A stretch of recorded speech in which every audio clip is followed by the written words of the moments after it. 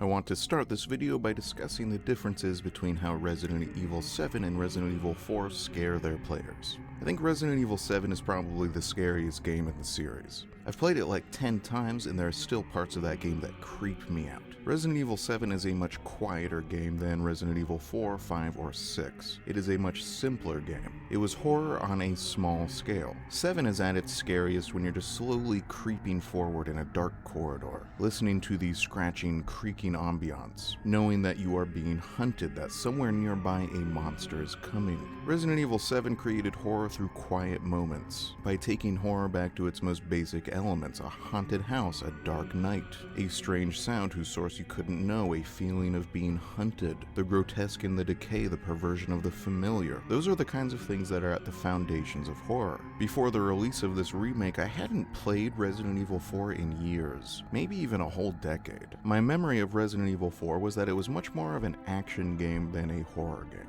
I remember it being a really cool game, a really fun game, a really exciting game to play, but I don't remember it being all that scary. It doesn't have a lot of that quiet, simple horror that made 7 so terrifying. So when I played the remake, the thing that surprised me most is how freaking scary this game actually is. I found it genuinely stressful, upsetting, and really scary, maybe even as scary as 7 is. Except it creates that horror in a completely different way. Whereas in 7, a small dark basement with like 10 goop monsters is a horrifying time, in 4, a massive sprawling medieval castle with hundreds upon hundreds of zombies is a horrifying time. I've settled on the terms dread and desperation to define these two different styles of horror. Resident Evil 7 creates horror through dread, meaning fear based on what is going to happen next. A feeling that something is wrong, something awful is coming for me, something terrible is about to happen. In 7, when you're exploring the Creepo Baker Bayou Manor, and it's so quiet and dark,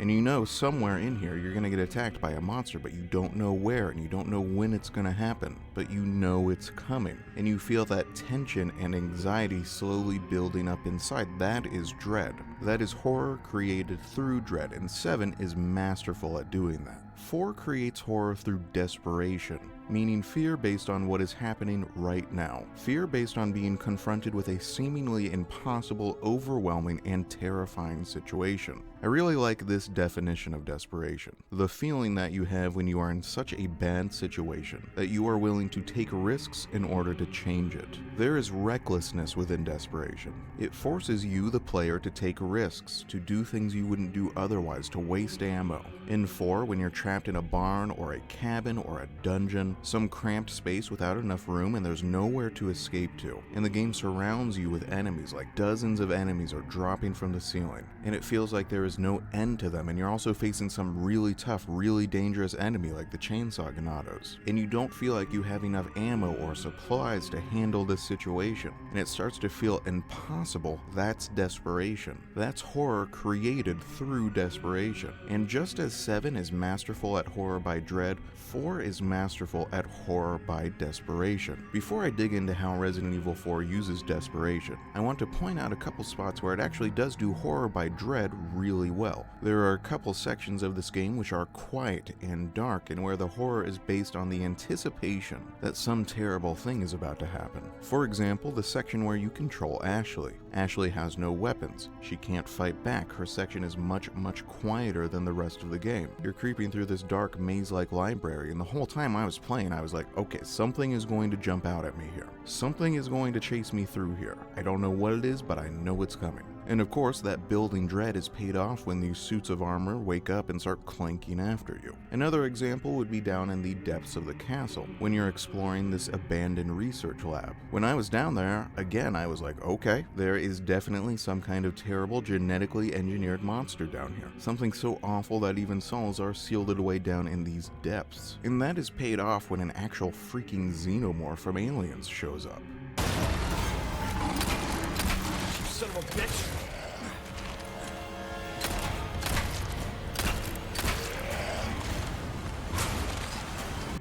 And it becomes horror through desperation because you are trapped in that space with it. You have to hold it off and survive long enough for the elevator to reach you and escape. But Resident Evil 4's most terrifying use of dread has to be the Regenerator. I think everyone agrees this part is super duper scary. Once again, you are in an abandoned research lab, and it is so dark in here and so quiet, and half the doors are sealed, and you're finding evidence of terrible experiments, and you're reading notes about some monster that can't be killed, so awful that it even terrified the researchers who created it, and you get a feeling that something really bad is coming. There's a really terrible monster in here waiting to emerge, and then the Regenerator shambles in, this seemingly unkillable inhuman monstrosity.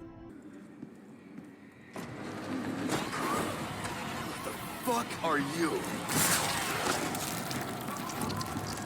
Its screeching sound design is horrifying. Its flabby goop-like animations, where even though it looks human, it doesn't move like a human at all, are terrifying. The whole thing is an excellently crafted horror by dread experience. But those examples are the exceptions that prove the rule. Resident Evil 4 isn't usually quiet. It's usually not horror based on getting chased by a single terrifying monster. Not horror based on the anticipation of something terrible coming. The first really good example of Resident Evil 4's horror by desperation is when you first arrive in the village.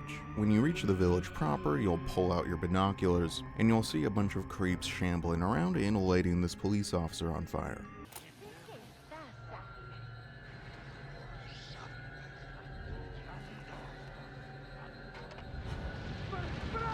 Holy shit.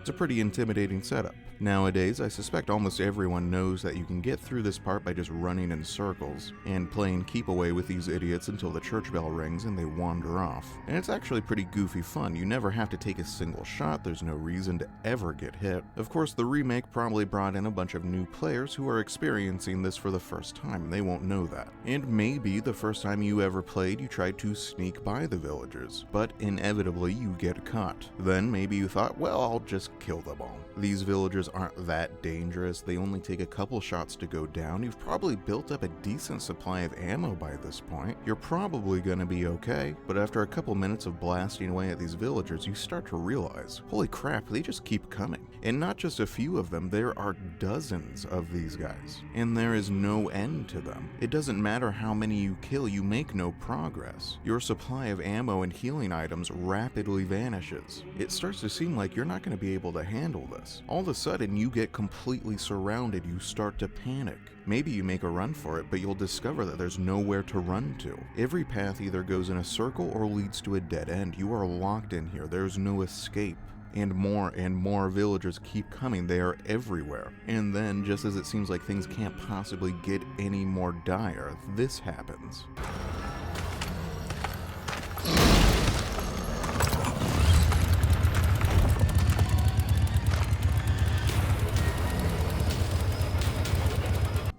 This psychopath with a bag on his head and a freaking chainsaw just blasts through the gate. Unlike every other villager, he doesn't go down after just a couple shots. You can shoot him 20 times and he keeps coming. His chainsaw is an instant kill attack. All you can do is run away from him. This is a perfect example of horror created through desperation. This is a situation that keeps getting worse. The developers want you to feel more and more desperate the longer it goes on. And let's look at the core elements of this style of horror. First is overwhelming odds. Too many enemies, not enough supplies, getting surrounded. New enemies that keep appearing, and they're coming from all directions. Having at least one really strong, really intimidating enemy who can kill you easily, who seems almost impossible to defeat. But that's not enough. Almost every action game has moments like that. What's also really important is the sense of being trapped. You have nowhere to escape to. You can't go back the way you came, and you can't go forward, and you can't hide. That's another thing that separates Resident Evil 4 from a lot of other horror games. In a lot of horror games, when faced with a terrifying monster, you can either run away or hide somewhere, and then you'll basically be safe. But you can't do that in Resident Evil 4. Again and again, this game puts you in situations where your only choice is to fight your way through, even if it feels impossible. But that's not quite enough to call this horror either. Again, lots of action games have set pieces where they'll lock you in a certain area and make you fight your way through hordes of enemies. The third and final element of horror by desperation is that there needs to be something terrifying or grotesque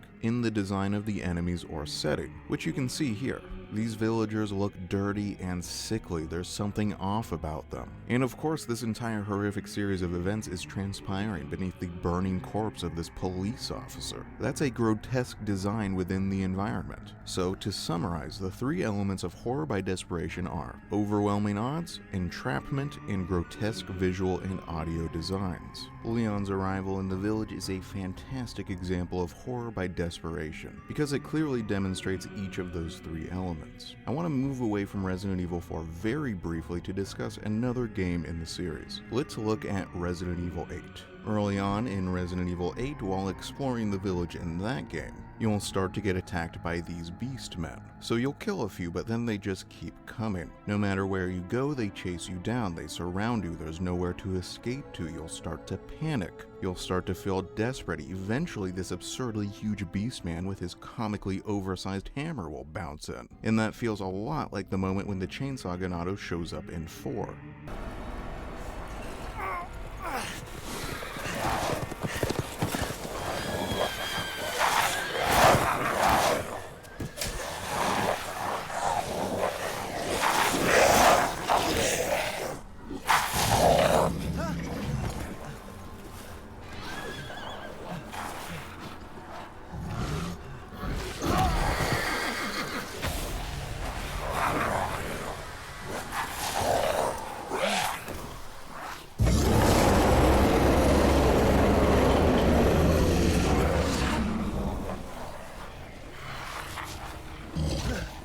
It's one of the scariest moments in Resident Evil 8, and it's an almost shot-for-shot recreation of the set piece back in Resident Evil 4. This introduction to the village in 4 is so effective and so scary that the developers brought it back 16 years later almost entirely unchanged. 4 really was just that well designed of a game. Now let's get back to Resident Evil 4. I want to look at a couple more examples of horror by desperation in the game. At one point you'll be searching for a key in a barn, and when you find it, this happens.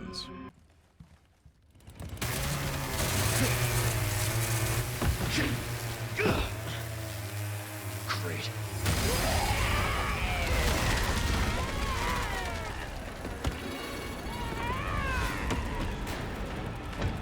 Sorry, didn't realize that was yours. The double chainsaw Ganado fight is another fantastic example of horror by desperation. Remember the three elements we defined before. First, there are overwhelming odds. You are fighting not one but two different chainsaw Ganados. Just one would be terrifying enough. They are ridiculously resilient to damage. They can kill you in one hit. They have a ton of range. They're really fast. But now you have to fight two at once. And in addition to that, because the developers of this game are complete assholes who hate you, they also drop in a dozen regular enemies too. While trying to dodge the chainsaw Ganados, you're also dodging the seemingly endless mob of villagers who keep streaming in. This is what makes for really effective horror by desperation. You have to keep stacking the odds against the player. Not just one chainsaw Ganado, not just two of them, but also force the player to deal with all this other bullshit too. It's stressful, it's frustrating, it's intense, it feels unfair, and it's terrifying. The second element was entrapment. And you are trapped in this barn. There is nowhere to go. There is no safe zone. There isn't anywhere you can run that the enemies can't reach you. I want to compare this to an earlier section of the game. There's this part where you're escorting Ashley through this canyon that's filled with enemies. This isn't a very desperate or a very scary section of the game, because the gate is not locked behind you. Anytime the enemies attack, anytime it gets a little overwhelming, anytime it gets too scary, you can just turn around and go back the way you came, and the enemies won't follow you. If you aren't trapped, if you can escape, if you can easily reach a safe zone, then that is not horror by desperation. We can also look at the other two games I've already discussed in this video, Resident Evil 7 and 8. In both 7 and 8, you can almost always just turn around and run back the way you came. You can almost always go back to a safe room. 7 and 8 don't usually trap you in an enclosed space. In fact, most of the other Resident Evil games don't often use entrapment in this way. How much it's used in 4 is a relatively unique game design in the series. I think another important element to this style of horror is that there can't be any tricks the player can take advantage of. Like, there isn't any special button the player can press that will instantly kill these 2 chainsaw ganados. There's no pattern to memorize in this boss fight. It's not like Legend of Zelda, where if you just learn the enemy's weak point, or learn the pattern of their movements, or learn the exact right item to use, then the fight becomes a breeze. In Resident Evil 4, you just have to be good enough. Your aim has to be good enough. You can't waste ammo. Every shot has to count. You have to manage your resources well enough. You have to dodge and parry well enough. Next, I want to look at the cabin fight with Luis.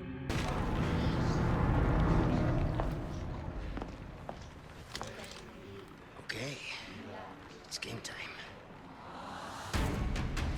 This is one of the most famous set pieces in action video game history. It's hard to explain what made it feel so incredible back when Resident Evil 4 was first released. I had never experienced anything like this before in a video game, and I'm sure that's true for a lot of people. I think what made it really memorable is that this cabin fight felt so unfair, but at the same time it still felt doable. It's the same thing that makes Dark Souls gameplay so addicting. Even though the odds are stacked against you and you're surrounded on all sides with enemies pouring in through every window, and there's no end to them and your supplies are running out, it still ultimately feels manageable and finally satisfying when you beat it. All of your experience in the game has led you to this. You know how to beat these enemies. You know how to manage your resources effectively. You wouldn't have made it this far if you didn't. And there's an intensity and desperation to this fight. The more your supplies run out, the more enemies who appear, the longer it goes on, the more desperate you feel. I think this cabin fight is probably the greatest example of horror by desperation in all of horror media. It's simply perfect. It doesn't get better than this. At this point in the video, I could go forward and point out every time Resident Evil 4 makes use of horror by desperation, but I think I've already made my point. The only other really standout example in the game for me is this double Garrador fight in the castle, which is so stressful and feels so unfair that I had to just put the controller down and go do something else the first time I ever encountered it. It has all the elements of horror by desperation: overwhelming odds, getting trapped, terrifying visual designs. That enemy design is one of the most horrific in the entire game. The Garrador is genuinely hideous to look at, which makes that section even more stressful. The castle is completely filled with these sorts of set pieces. The game is constantly trapping you in some enclosed area, surrounding you with enemies, not giving you quite enough supplies to handle it. It can actually get a little exhausting at times. Interestingly, the island section of the game does not use very much entrapment in its design. During that whole section of the game, you can usually turn around and run back the way you came, which makes it feel less desperate and so less scary. By that point in the game, you'll usually have enough supplies to deal with everything, and you're so familiar with all the enemies that none of them feel very threatening. While I still enjoyed it, the last third of the game is definitely its least scary. But that's pretty typical for most horror games. Before I end the video, I do want to talk about one other thing. Back in my analysis of Resident Evil 7, I discussed how that game manages the player's feelings of being powerful and powerless, and how that allowed the gameplay to be more fun than most other horror games. For much of Resident Evil 7, you will feel powerless, like the monsters are stronger than you and there's little to nothing you can do to defeat them, and that's core to how it scares the player. But if you put in the work, if you solve the puzzles, if you outwit the monsters, the game will then allow you to have moments where you feel powerful. That can keep the gameplay fun, keep it from becoming frustrating, and entice the player to keep moving forward through stressful situations. The best example from Resident Evil 7 of this was the tanker level. At the start of that level, the game takes away all of your tools and weapons. You have to explore the terrifying bowels of this dilapidated tanker, and when you encounter a goop monster, all you can do is run away or sneak by it. But if you keep making progress, eventually you'll find this machine gun, and then you can just blast the goop monsters into goop pieces. The game goes from stressful to fun, from powerless to powerful. Resident Evil 4 is also good at managing this spectrum. For example, in the castle level, there's this bit where the bad guys are firing cannons at you, and you have to dodge and run away from them, but then eventually you'll get your own cannon. All of a sudden, you're the one who's powerful. You're the one in charge.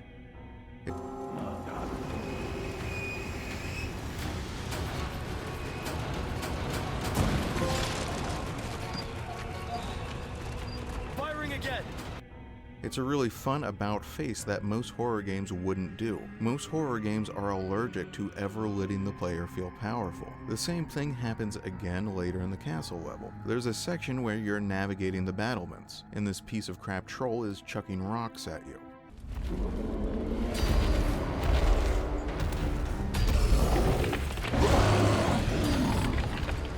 Another one. You guys are really starting to become a giant pain in my ass. Side note, I love how pissed off Leon is for this entire game. After the first 10 minutes, he's already over it, and then he just acts annoyed for the rest of the game. It's really fun characterization. Anyway, there's nothing you can do about this troll except run away. But if you keep going, if you get past all these obstacles, if you defeat all of the enemies in your way, hey-oh, guess who just found themselves another cannon? Get ready.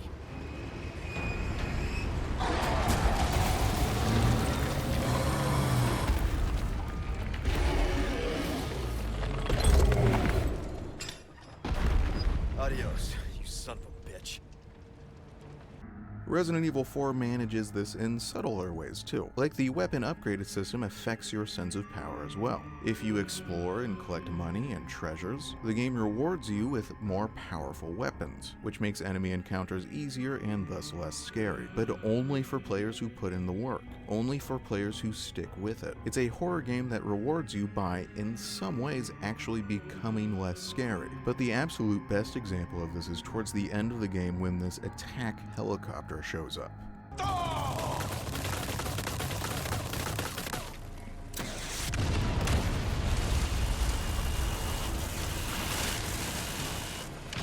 What was that?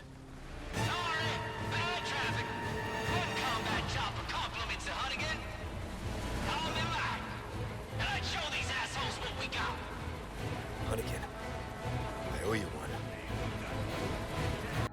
You have spent the whole game getting your ass kicked by mobs of these stupid pest-ridden ganados. And then in the final section of the game, as a reward for all the bullshit you've put up with, the game allows you to feel the absolute bliss and satisfaction of watching them get mowed down dozens at a time by high-powered rockets and machine guns. It is a delight. On the one hand, this is a ridiculous over-the-top action movie sort of moment, but it's also really smart game design. In a game where you've probably felt powerless for hours and hours, this is when it finally allows you to be the one with the power. This is all a bit off topic though. I just wanted to show the ways in which Resident Evil 4 is just as good at managing the player's sense of power as Resident Evil 7, and partly why it's such a fun game to play. The main purpose of this video was to examine the ways in which Resident Evil 4 creates horror through desperation. Sometimes I see people say that Resident Evil 4 is just an action game, or it's an action game with some horror elements, and that's something I used to believe too. After playing this remake though, I think Resident Evil 4 is just as much of a horror game as any other game in the series, just as scary and tense and stressful as any other, but it creates that horror differently. As players, I think we're much more familiar with dread. We're much more familiar with the dark basement and the quiet and the sense that something terrible is about to jump out at us. Resident Evil 4's style of horror is a bit more unique.